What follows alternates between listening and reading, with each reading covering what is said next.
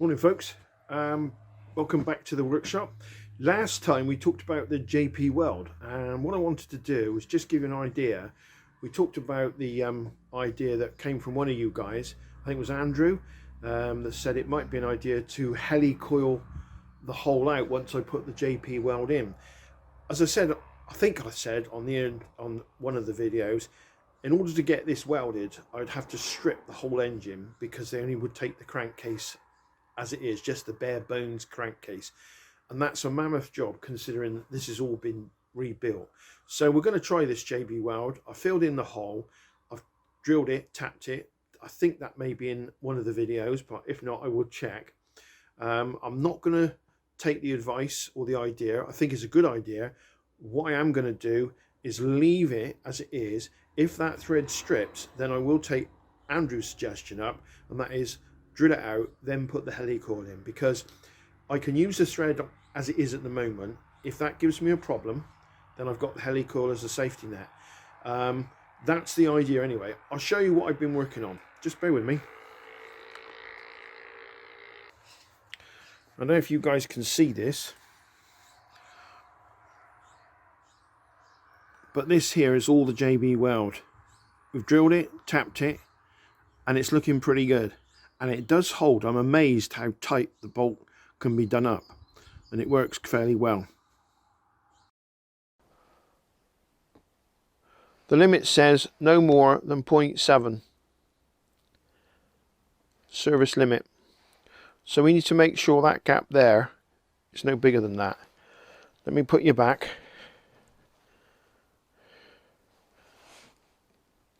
So I'm now going to find as close to damn it as my feeler gauges will give me. 0.4, 0.4567. So that's my limit. Now if this goes in there and it's loose, we need a new set of rings, and it does. But let's see what the size is. That's the limit.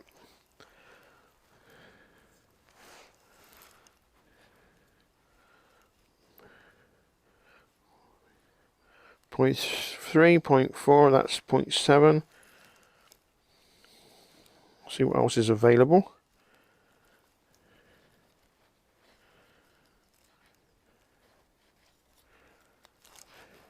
Got another 0.1. So now we're going 0.7, 0.8. See if 0.8 goes in there. No, it doesn't, which is a good thing, because, oh, it does, yes it does, but it's tight. It is tight. So it is 0.001 past its limit, if I worked that out correctly, which is not a lot. But having said all that, I think it's enough for an insurance policy to get a new set of rings. Right, I'm happy with that. Earlier I did one piece of camera where we did exactly the same, but instead of the ring being at the top of the bore, it was at the very bottom where there's nowhere there. So I don't need to do that again, but it's exactly the same process as what we got here. So I'm going to stop there, and I'm going to put that ring back on the piston. Not because we're going to use it, it's just so that I know where it is. Those pistons will have to come off at a later date when the new rings come through. So, yeah, I'm going to stop the video there. To get these little chaps on, don't know if you can see this on camera, you put the first expander ring in, which is the lower one. Sorry, the first ring. I call it a scraper, oil scraper ring. Then the expander ring, which is the one which is like the concertina, wibbly wobbly wibbly. And it must be up, but it mustn't be overlapped, because you can overlap these with they will lock into each other, these little peaks and troughs. So you have to be very careful. Make sure it's at butt joint, and then take your time on putting the top ring in. And that's probably the most tricky, because it's got to fit in the gap. And And when you've finished going by the arrow, you should have one opening at the back of the lower ring, and if we go around 180 degrees, the front of the arrow, the opening at the top. And I believe that's correct. Slightly different to the rings that come off. Looking at the oil ring that came off, it's all one ring, which is probably a genuine Kawasaki ring. And that is, there is no doubt, that is easier to put on, but the cost of a ring set by Kawasaki, you're talking stupid money. I mean, it really is expensive, anything from £200 to £400 a set. So that's a lot of money. I think I've seen them, I don't know where they're genuine Kawasaki, but I have seen them on the internet for about 150, 175 for a genuine set. But even then, you're talking some in the region of about maybe 400, 500 for the whole lot, which is crazy money. So there we go. So that piston's done now. So what I'm going to do, I'm going to see if we can test this now and put it in the bore. Can you all see that, guys? So I put the two rings on, the top rings. They're quite easy, exactly the same technique. Thumbs open up very carefully, just enough, and then seat them into their respective grooves. So we're going to smother this in oil, and see how we get on with putting the rings that are on the piston now in the bore. The arrow must face the front. There you can see that, the arrow. So it's going to go in that way round, but we're going to oil it up.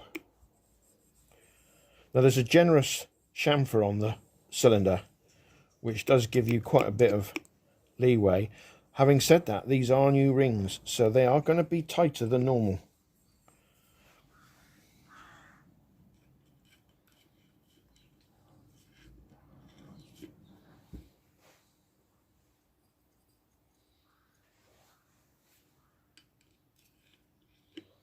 Just oiling this up.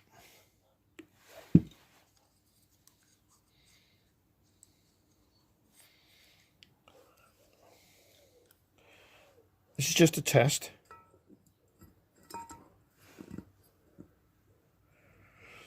So now we have to tease this in. Piston at the front. Never tap them. Try and avoid that at all costs, because you will no doubt break the ring.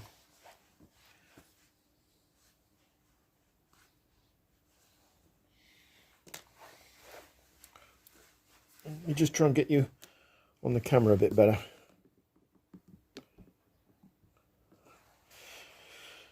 Now bear in mind, when you put the block back on the bike, you got all four pistons on the con rods. I normally do the two middle ones. Yeah, I normally do these two middle ones because they would be at top dead center, and these, the outer ones, would be at bottom dead center, and it's easier to work it like that. That's what I found anyway. Some people may do it different. That's fine, but that's the way I do it. So let's see if we can tease these in with a screwdriver.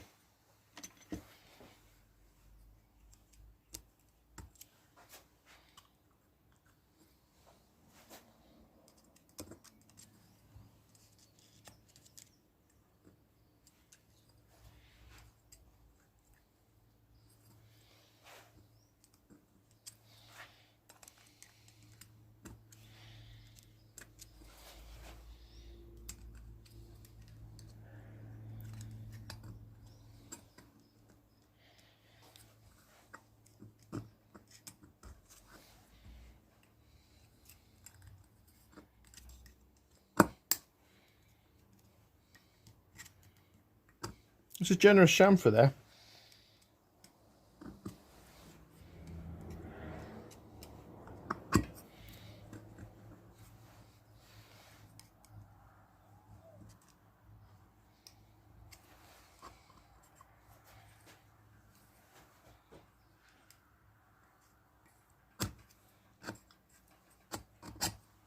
And there we go. You can feel that.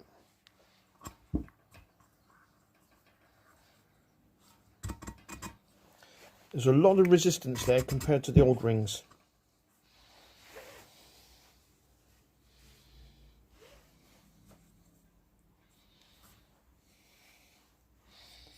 So what I'm going to do now is tap it through that way. And I'll do that with a wooden, probably the handle of a wooden hammer. Old Faithful here.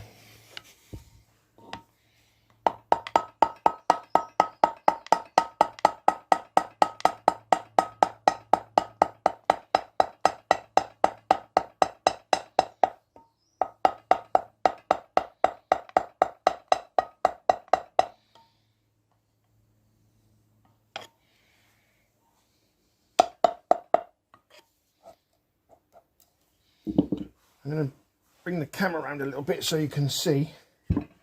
We're right on the verge there of the chamfer. So I'm just going to pop him out. Don't know if you can see that, guys. There we go. So we know that ring fits nice and snug. We know the piston fits nice and snug. And the rings are even snugger, if that's a word. So that works pretty well. So now I can put that piston back on the conrod. See if we can set you up over there.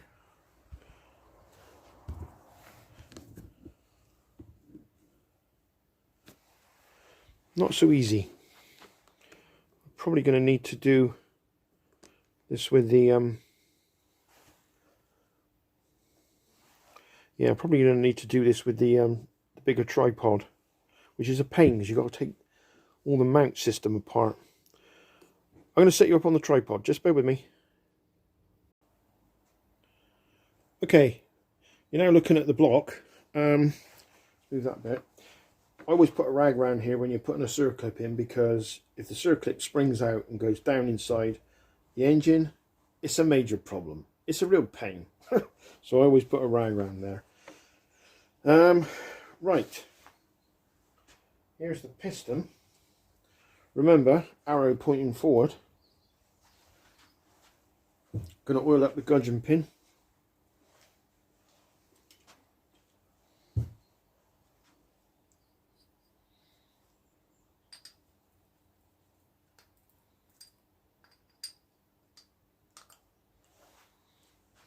Just to start it. And it normally goes in pretty well.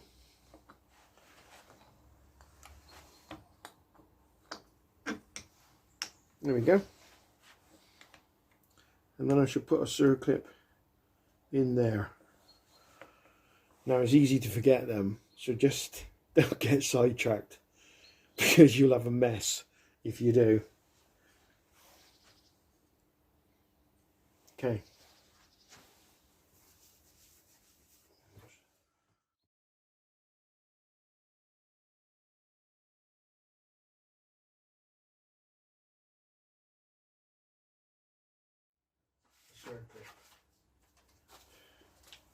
New circlips, again from AMD. Quite impressed at their price. So you just want to get one out of there.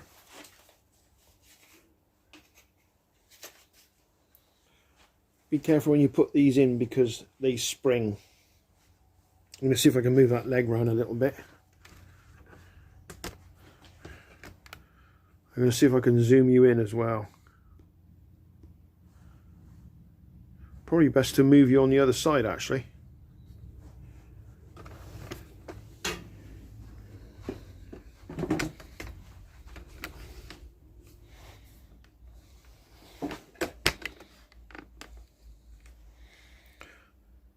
There you go.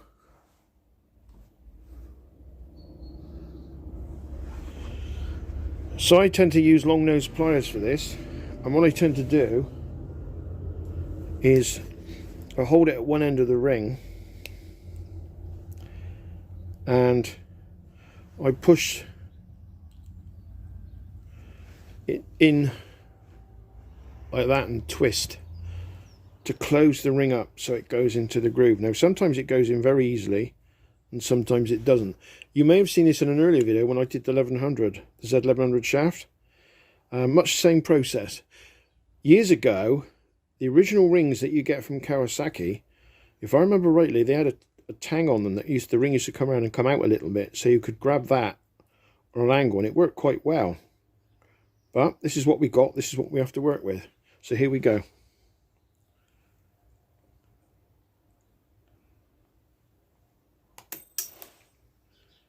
He tanged and he's gone somewhere. The question is, where's he gone?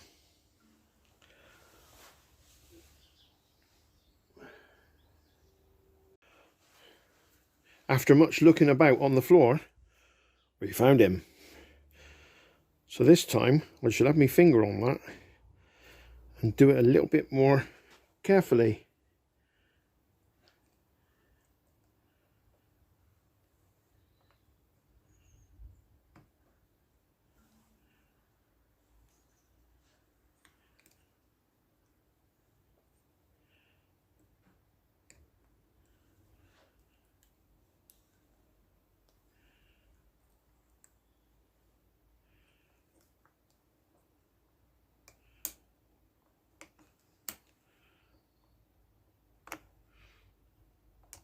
You may hear him click in. There he goes. And I always try and spin it. That's where the tang came on the earlier rings in the day. Going back in the day, that little tang, you could hold it and just spin it, and by doing that you can make sure it was seated in the groove. But it is seated. It is seated. It's all okay. I can wiggle that around. That's okay. So that's number one piston done. Of course the challenge will be when we put the block on. So now I'm going to clear the bench out of the way and I'm going to spin the engine round, remove that piston, and then put the rings on that one. I'm going to call it probably a day from there, but we'll see how we go. Let's spin the engine round. I'll be back in a minute. Okay, just about to move the engine round, guys. Bear with me. You notice it's on cardboard, which makes it really easy. There's nothing worse than struggling. It slides really well on this table. Let's get you in the picture. Okay, can you all see that? Let's see if we can zoom in a little bit.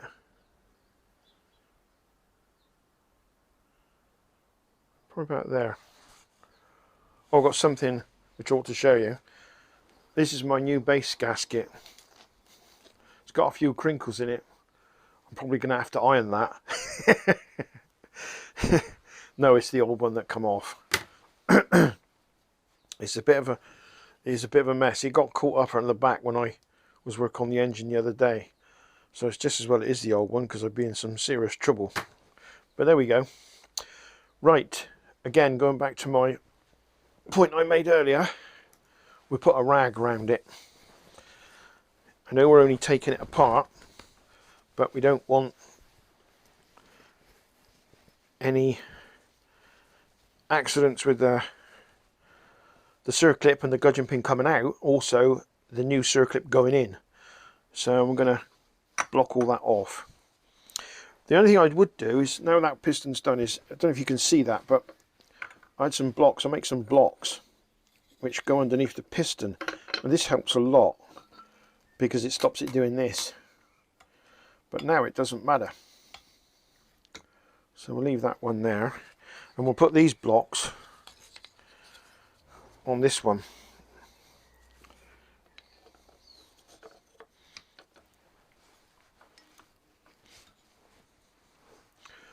Turn the crank a little bit.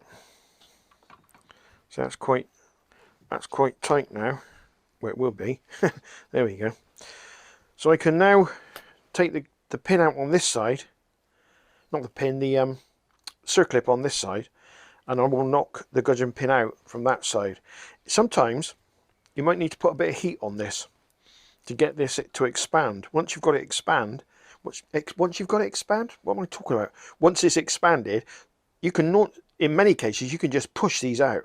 Now, when I rebuilt this one, this engine, getting these pins out the first time was quite tricky. I made a tool, a puller tool, which is in the box down there. I don't think I need to put the tool this time round, but we'll see how we go. Right, I'm going to move you around to the other side because I need to be where the camera is.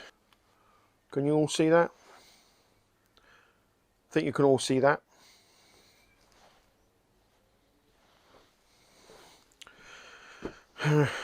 Right, now we've got to get this circlip out, and to do that, if my hands get in the way, apologies. Let's put the rag round first, nearly forgot.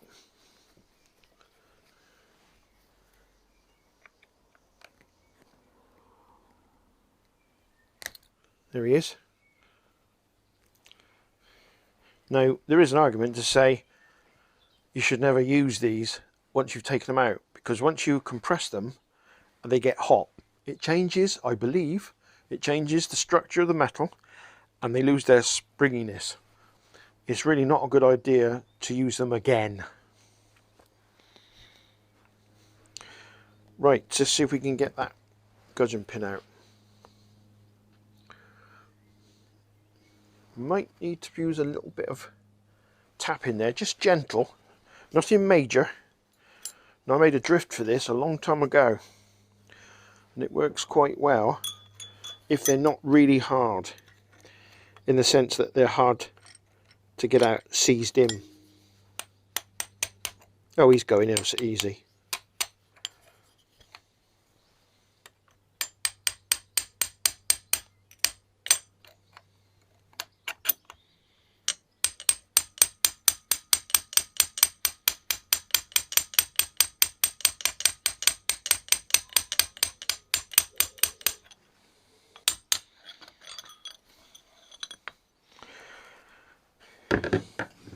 So let's work on putting the rings in.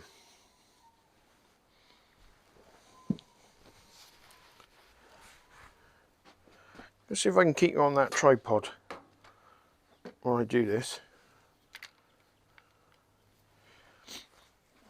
Now, you saw me do it with the other one.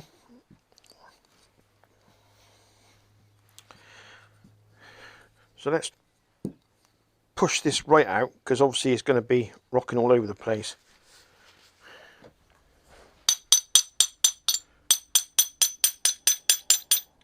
Careful not to scuff the side of the hole.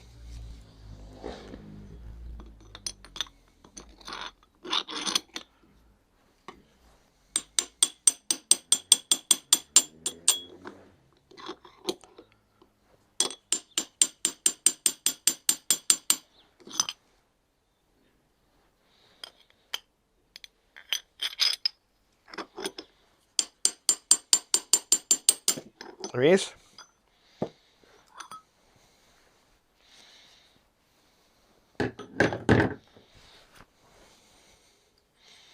Now, I always try and put these in the same way they come out, but he sprung across there and I'm pretty sure it came out that way. So now we need to work on the ring. So we can get you a bit closer. Do exactly the same as we did on the last one. I won't do all four, I'll do this one, but it gives you a rough idea of what the process is needed in order to replace your rings. On a modern day machine, well, I wouldn't like to say. I really wouldn't. The tolerances, I think, are probably a lot greater on a modern day machine, so it's difficult. And anyway, modern day machines really, apart from old Bob over there, the BMW, they're not really my cup of tea. I suppose you could say this was my time, 70s and 80s. This is what we rode, this is what we maintained, and it's just the way it was. Let's crack on. Top ring's coming off first. There he is. Now we'll spin him around 180 degrees.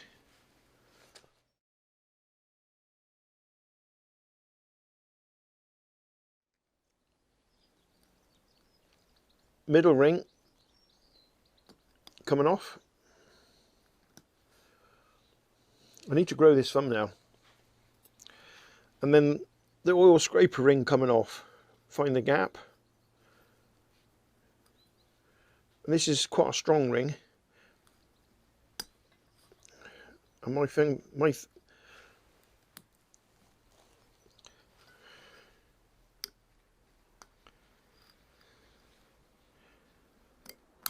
ooh. My thumbnails are not as long as they should be, and they're certainly not as strong as they should be, so I'm going to tease this one off.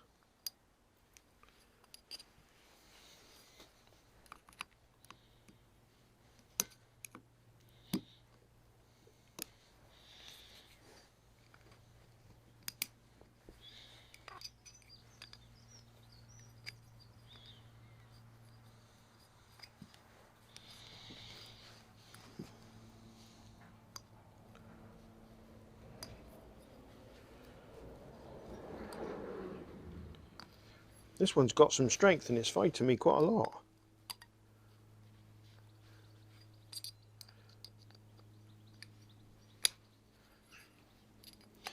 Don't really want to break it, even though it's an old ring. It's just not nice to break them.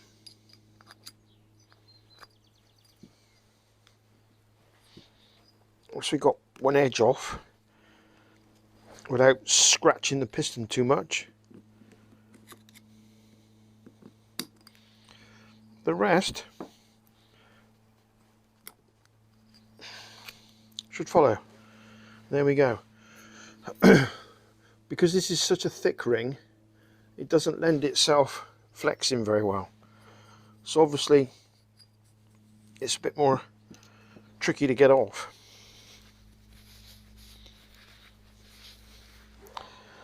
So we're just going to clean this one up. Looks like there's a lot of crap in there which I missed when I built the engine. So we'll give them a good clean out.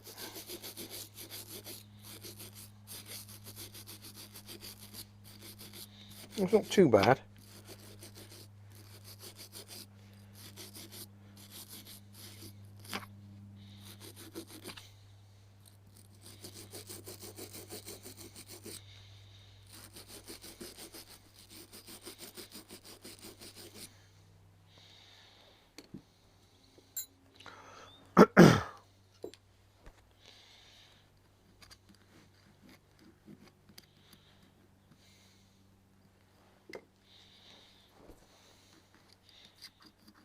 I missed quite a bit actually. I'm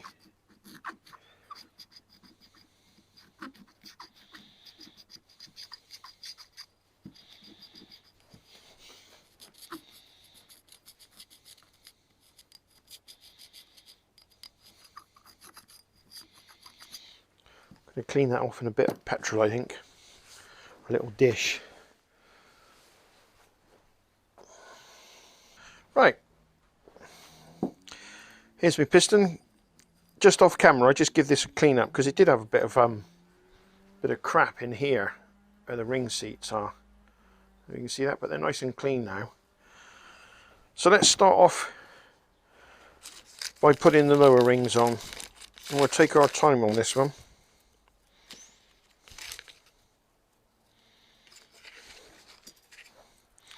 Here's the ones we need to use first of all. Arrow's pointing away from me, so I'll just remember that. So the first one, the gap's going to be opposite the arrow, so we'll put that on very carefully. Oh, gone into the wrong groove. That's always a bugger. Now it's in the bottom groove. That's good.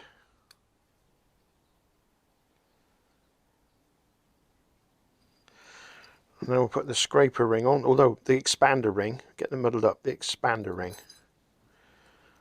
It must be, what I said earlier in the video about a butt joint, this is what I was referring to. They can overlap like that.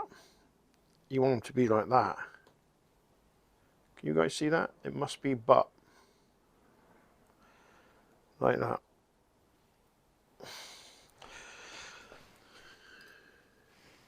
Turn it around.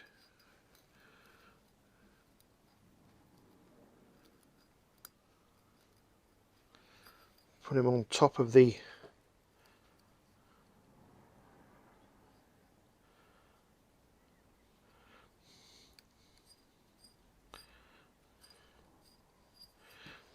I think we need to put that one on first. I think I made that mistake last time.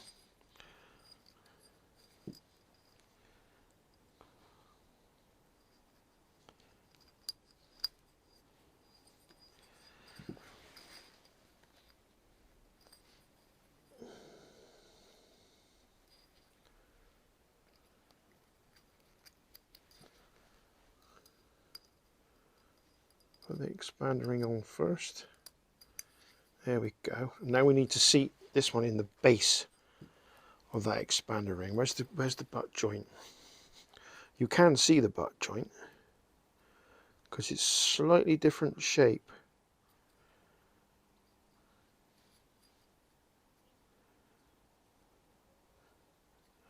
But it is tricky to find. There it is. Now I'm going to see if you can get this on camera to show you what I mean.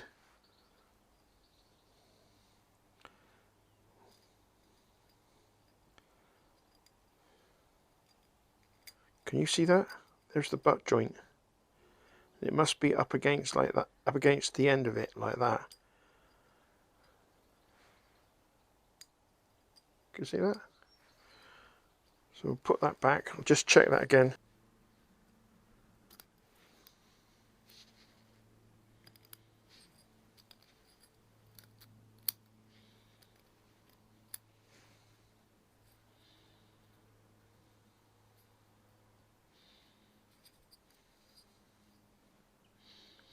And they all close up quite nicely.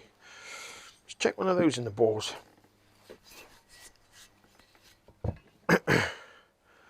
So this is going to be that one. Is it that one? No, it's going to be this one. Move you over to the bore. I've oiled it up on there. I just want to check the scraper ring.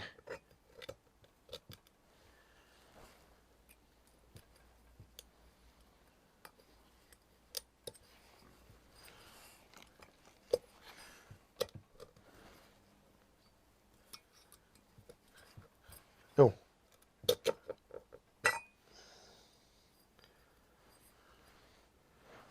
Arrow pointing front.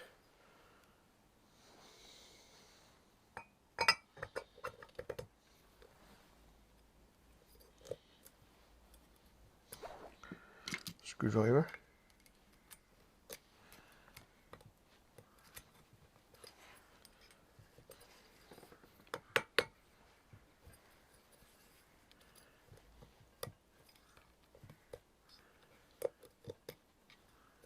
Keep a bit of pressure on it as you do it, and it sort of eases it in.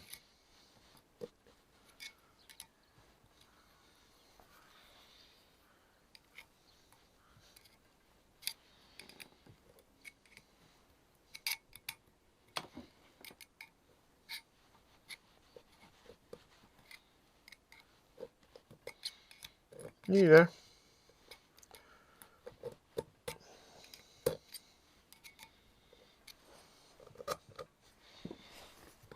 There we go. Quite a tight fit. But that's just the oil ring and the expander rings. The expander ring and oil rings together. So we'll pull that out. We haven't broken the ring. That went in quite nicely. So now that's done, I'm going to put the other two on.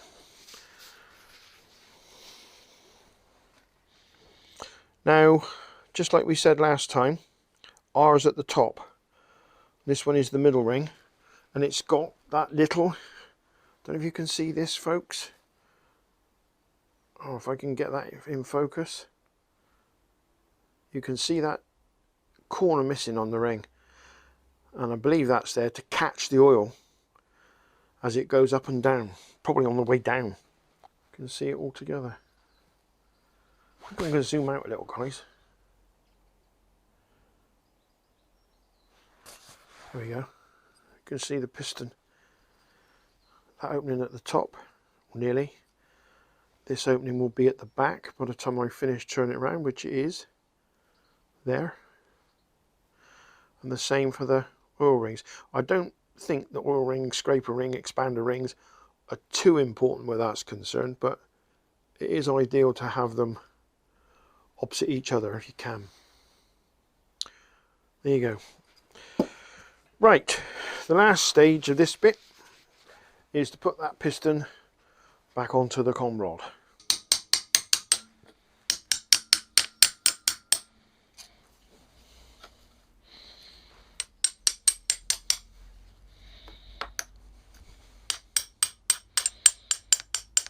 It's only light taps, it's not going to hurt. For all you people out there, oh, what's he doing?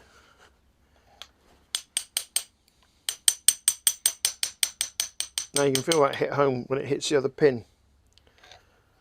Hits the other pin, you can feel that hit home when it hits the circlip on the other side.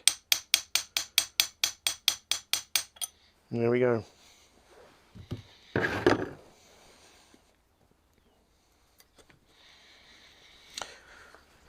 So this is where we put the rag in again to make sure if the circuit springs somewhere, then we know we can get it.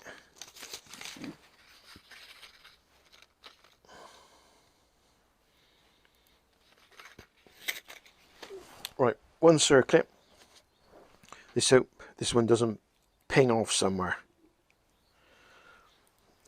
Can you see from there, guys? I don't think you can you?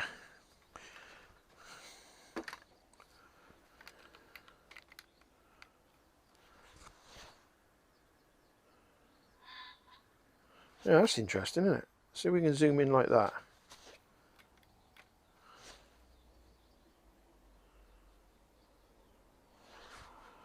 There we go.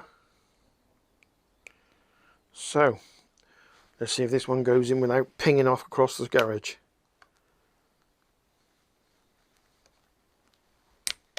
Straight in. Now, just grab the bottom of it and twist it a little bit. Not twist it, move it from side to side to make sure it's in the groove. As I said on the 1100, nothing like being in the groove. And it's in.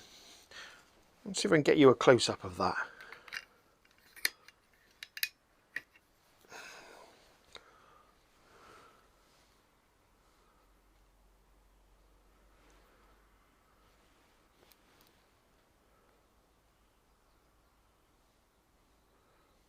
There you go. You can just see it at the bottom. And that's where I put the pliers in that little mark, that little hole there, recess, not hole, recess. And I grab it, move it to make sure it's seated well. Move it back and forward with the long nose pliers to make sure that it's seated in the groove. You can't beat being in the groove. All right, folks, put your back.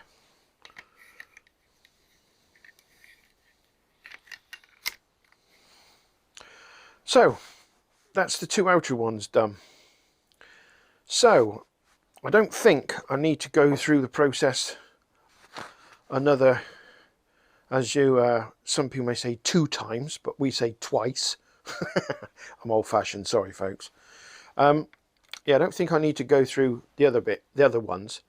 I need to say that I will sort them out, and then when we're ready to close the block on the engine with my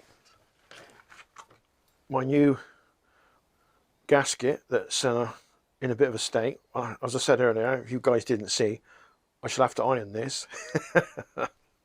Yeah. Let's switch cameras.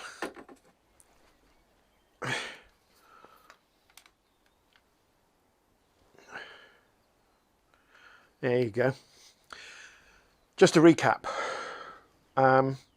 last video we checked the bores. We know the bores were slightly out, but nothing much. I think it was from like 0.002 of a millimetre, which is nothing. But having said all that, we did find a massive gap right over the limit when we put the piston ring in one of the bores, the top ring, and measured the gap where they meet, and that was over the limit.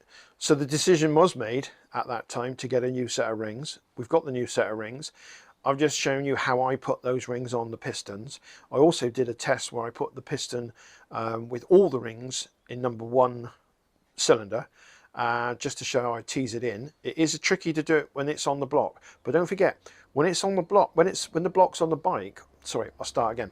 When the block is on the engine and you're teasing it underneath with all those rings, the weight of the block can sometimes help, because that generous chamfer on each cylinder allows the rings to slide in that much easier. If it was just a straight cut, a 90-degree cut, that would be very tricky. It would be very tricky.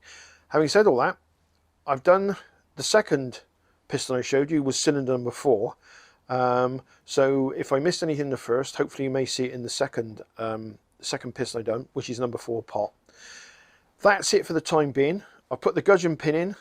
Don't think there's anything else more I can show you. I'll put the final circlip in on piston number 4. So that's all ready. As I said, I will now go back and do 2 and 3, and when all that's done, I'll be back. Okay, so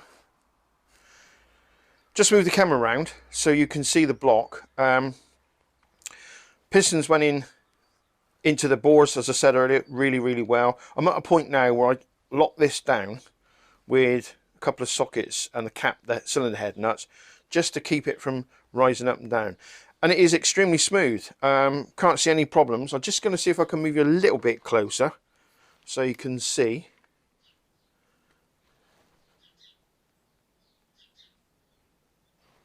There you go. Now hold the cam chain up like so. Keep it out of the way. But I don't want to get my arm in the shot if I can help it. And you'll see yourself how smooth they are.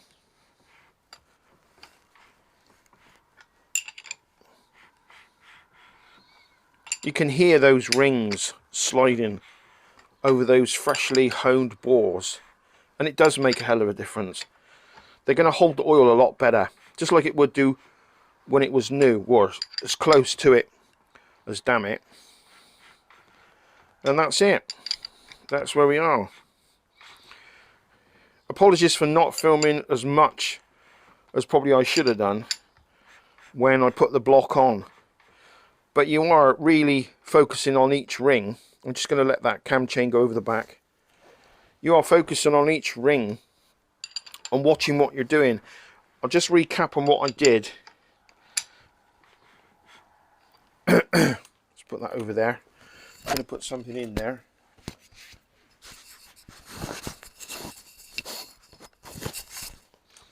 To stop that from going down the back. Just in case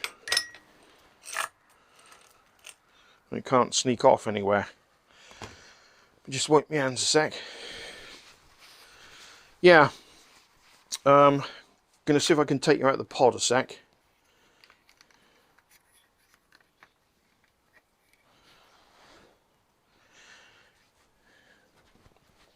Just get on my stool. Alright, I'm gonna kneel down. I should have been more explicit yesterday. Sorry folks. I always do this in this way. It was all rush and go yesterday with concentrating on this and getting it right. But I always put the crank in a position where these two, which will be 2 and 3, are top dead centre. So the other two, 1 and 4, will be bottom dead centre. And I tend to do that because yesterday I went through it briefly, but I'm going to see if I can find my little tools. I use 2 of these on 1 cylinder, like that, and the other 2 on the other cylinder, so that would be 2 and 3. And the good thing about these, you may have seen it, I mean I'm not the first one to do it by a long chalk, but you may have seen it on YouTube, other videos where they're doing Jap multis. And it's so much easier because if you can steady these 2 pistons with the skirt on these pieces of wood at top dead center, you can put that block down and the piston's not wobbling back and forth on the gudgeon pin. So it makes it that much more stable. And then of course you tease the ring in. Again, that generous lead makes all the difference. Tease the ring in on these two. Once these two are in, I then let the bore go down further, and then I can line up number 1, number 4, and again just tease them in. Maybe you rocking the block a little bit to and fro, side to side, just gently, never tapping it too hard. If you do, be aware, because it's so easy to break the ring when you do that. So I just rock it a little bit, and I may turn the crank a little bit, just a fraction, and as I do, between the combination of rocking this that way and that way, and maybe a little bit of movement with the piston with your fingers, the rings will go in. And as I said, that generous lead makes all the difference. So there we go. If you can see all in there, it's all nice and sparkling. I've oiled these up so they're all smooth inside the bore, but most importantly, I want a little bit of that oil to get down past the clearance and the pistons, between the pistons and the bore, just to give it a little bit more lube. I did lube all the rings before I put them in as well, so that makes a difference. That's really important. So that's where we are. Let me put you back on the, pardon me, I'm going to change cameras. Yeah, so that's where we are. It's looking pretty good. Quite pleased with it. Let me just adjust that. I'm quite pleased with it. I think it's coming on quite nicely. It's crazy really, because I've done all this before with this engine. The fact that I forgot to hone them, which was really bloody stupid. I mean, I should have remembered that. But it was about 3 years ago, so, you know, we were sort of in the midst of looking at moving and God knows what. Maybe I rushed it, I don't know. But there you are. It's done now. I've got peace of mind. There's new rings on it. The clearance is absolute minimal, 0.002 when the new rings were put into the bore. I did check it, and the difference is astonishing.